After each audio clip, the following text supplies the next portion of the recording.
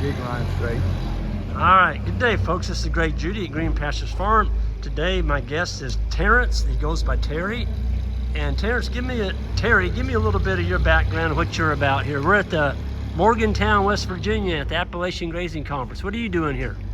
I came up as a vendor to display some of the products I use on my farm and sell, make it available to the farmers of West Virginia.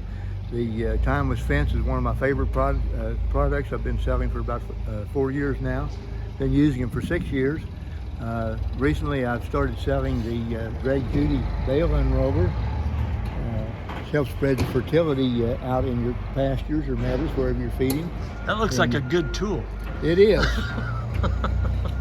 And also the drinking post water. The drinking post water. Look at this, folks. This one here, a cow can come up and press that thing and it fills with water, and as long as she's drinking, the water keeps flowing. When she stops drinking, it drains out down below the frost line. So nothing can freeze. It cannot freeze. No electricity is needed to keep it warm. This is good at 40 or 60 below. And they come in various lengths so that you can install them below the frost line, and then it drains back out. You set them for whatever height animal you're going to be watering. A horse is typically 3 feet high. Cattle, 18 to 24 inches. Sheep and goats, 12 to 18 inches. Okay. Hogs, about 8 inches. Yep. Well, what's this this right here on the front? This is a good-looking corner you got right here. This is a corner that I designed. It's a mixture of our two strongest timeless fence corners.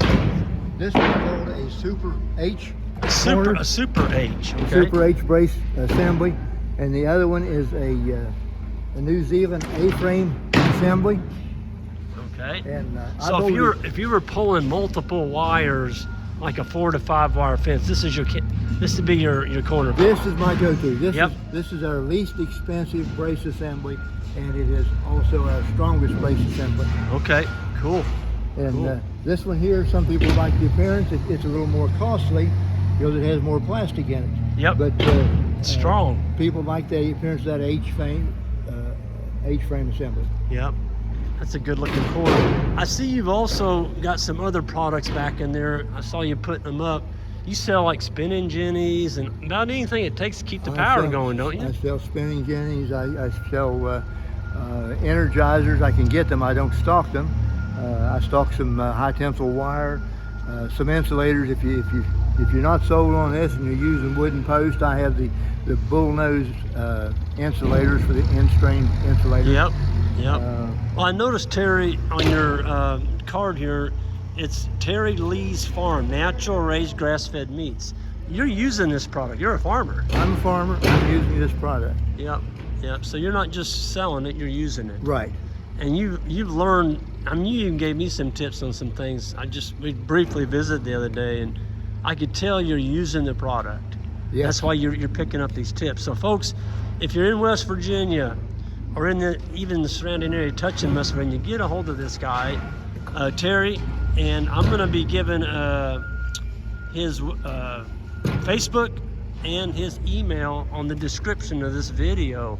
And the reason I wanted to do one with Terry is every now and then you meet people that kind of stick with you, and Terry, you're one of those. You're an entrepreneur.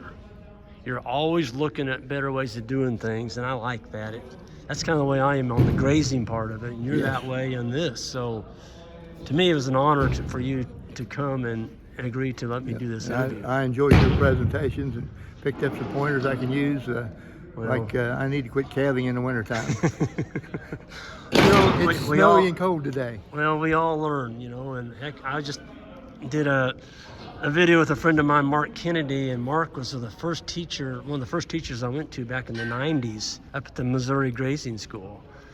And I learned a lot from him. He was here, from Missouri, and so you can never stop learning. Would you agree with that? I love the 8 weeks I spent in Missouri. Do you? I'm a veteran. Okay. I spent 8 weeks at Fort Leonard Wood. Oh, you did? Yeah, back in the 70s. What year was that? Fall of 1970. Fall of 1970. Yeah. That was getting close to the end of Vietnam War, wasn't it? I did not have to go to Vietnam. But we were still in it. The class before me went to Vietnam. Wow. and my class went to Germany. Well, you know, my brother, he was in the Air Force in 1970, I believe. He's the same way. 1 year earlier, he'd have been over in Nam. Yes. So, yeah. Well, again, it's a real pleasure meeting you and just getting to. I heard about you from other people, and I want you to explain your Tarry Leas Farms. This card, I'm going to put that out there for people. Okay, my name is Terrence Lee Washburn, but they call me Tarry Lee after Tarry Lee and the Pirates. Now, who's Tarry Lee and the Pirates? You got to explain that. It's an old comic strip from back in the '60s on the Sunday Funny papers. See, I'd never heard that. Yes, Tarry Lee and the Pirates. And but anyway, they call me Tarry Lee, but my farm name is Tarry Leas. It's Tarry, as in the hymn in the garden. The joy we share as we tarry there, none other's ever known. Tarry is a play on Terry, my name, and Leas, my middle name, is L-E-E, as in General Robert E., but it's spelled L-E-A in my farm name because Lee is an old Scottish word for meadow. So yeah, now there's some... it's Terry's Meadows. It's where I use this timeless fence, and I unrolled my hay bales with Greg Judy's bale unroller.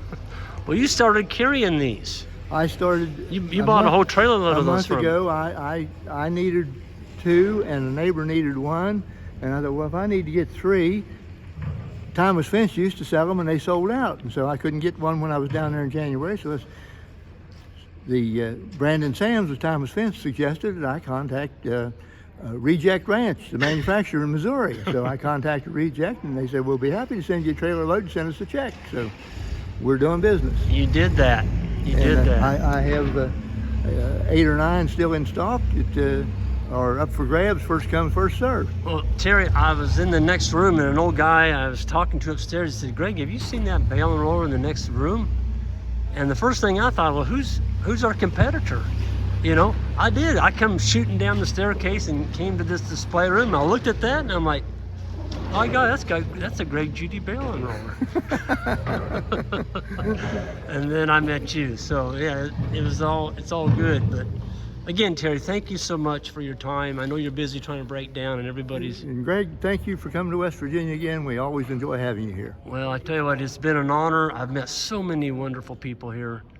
And, you know, West Virginia is where the Judys settled. I don't know if you knew that. I have some distant kin. Yep. Judah, J-U-D-A-H, well, but they converted it to Judy. Of all things, Barbara Greenleaf, which is one of the head ladies that puts this on, her mother was a Judy. We're related. Yeah. The Judys are still here in West Virginia. Cousin Greg. Yeah. We came from Switzerland, and when the Judys came into America in the 1800s, or whatever year it was, they came through West Virginia. It's like, this is home. Judy's Gap. Yep, Judy's Gap. It was named after the Judys, that's right. So, thank you so much, Terry. You have a great one, and thanks for sharing your time with us. And folks, check under the description on this video for a link back to Terry's operation. If you need a bale and roller, timeless fence, anything to get your fence going. Drinking post waters. Drinking post waters. You know, check Terry out. He uses this materials. He doesn't just sell them, and he's going to tell you right from wrong. Thank you, Terry. Thank you. And we'll see y'all next time. Take care.